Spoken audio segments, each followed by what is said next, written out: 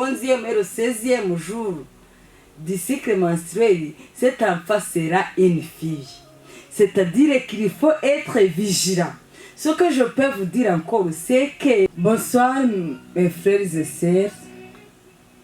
Je voudrais partager avec vous comment un couple peut concevoir un garçon ou une fille.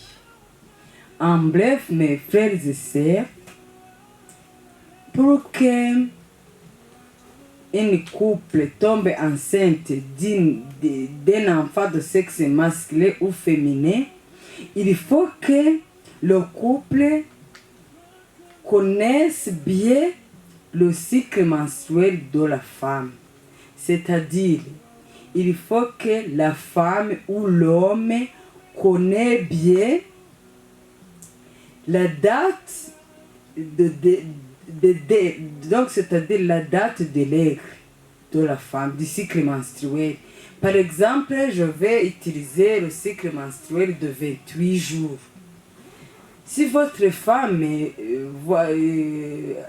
ses premières règles, la date de première règle apparaît le premier. C'est-à-dire que le temps de concevoir ou bien le temps de tomber enceinte est à partir du 11e et le 14e et le 16e jour du cycle menstruel de la femme.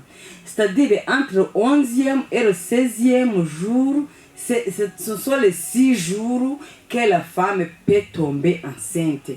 Il faut que ces jours soient maîtrisés par l'homme et la femme dans le couple.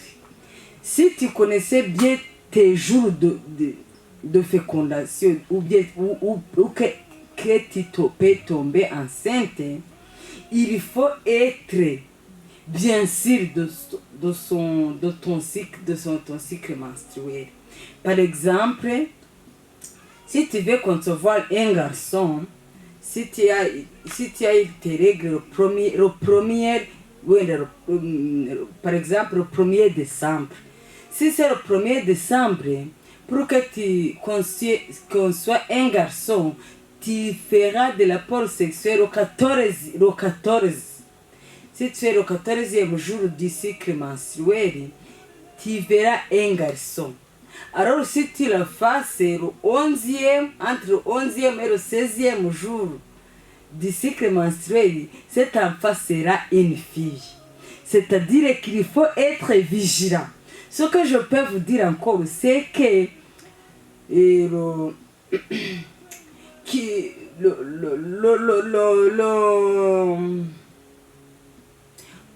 pour donner un garçon,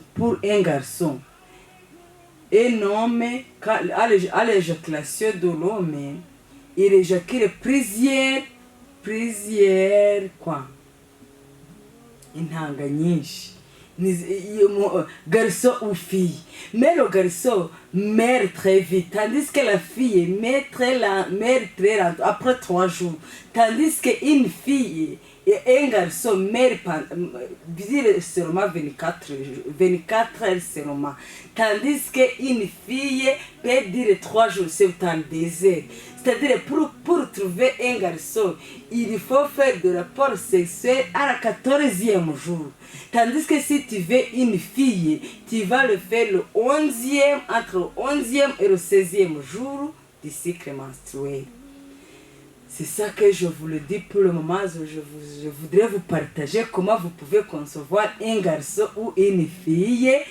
Vous pouvez me donner votre commentaire ou bien si vous avez des questions, vous pouvez me donner sur le channel Ingabire Nziza TV.